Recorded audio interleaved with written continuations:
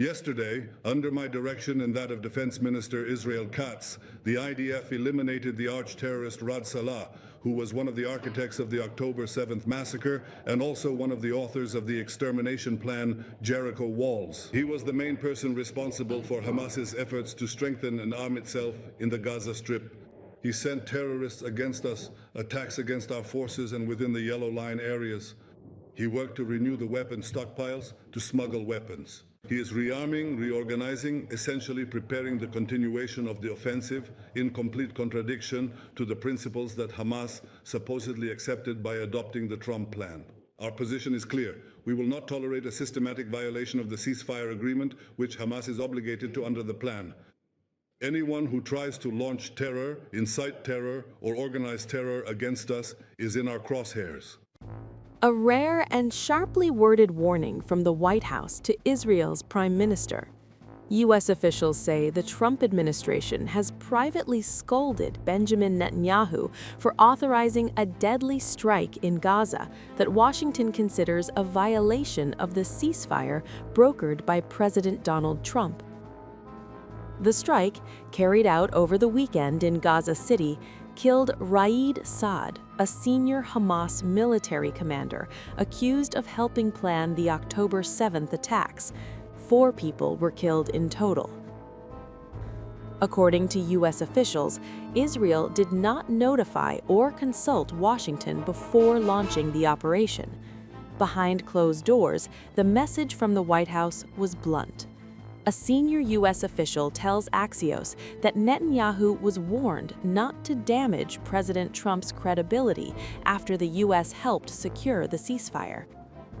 Quote, "If you want to ruin your reputation and show you don't abide by agreements, be our guest," unquote, the official said. "But we won't allow you to ruin President Trump's reputation," unquote. Israeli officials dispute the characterization, arguing that Hamas violated the ceasefire first by attacking Israeli soldiers and resuming weapons smuggling, and say the strike was intended to preserve, not break, the agreement. But U.S. officials insist the White House was unequivocal. Israel crossed the line. The clash highlights growing frustration inside the Trump administration.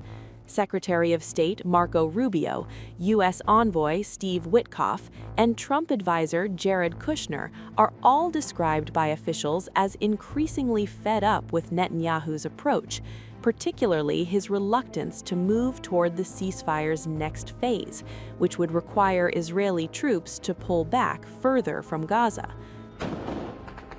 Tensions are also spilling over beyond Gaza. In Syria, U.S. officials believe Israeli strikes are undermining American efforts to stabilize the region. In the West Bank, Washington is alarmed by settler violence and what it views as provocative Israeli policies that could derail efforts to expand the Abraham Accords. President Trump has personally urged Netanyahu to be a better partner on Gaza. The White House's broader goal is clear: move past the war, rebuild Israel's ties with Arab neighbors, and revive momentum toward regional normalization. But U.S. officials say Netanyahu's standing in the region has deteriorated sharply.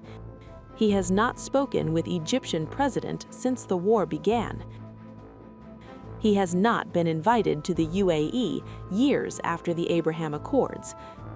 And as one U.S. official bluntly put it, if Netanyahu doesn't want to de-escalate, we are not going to waste our time.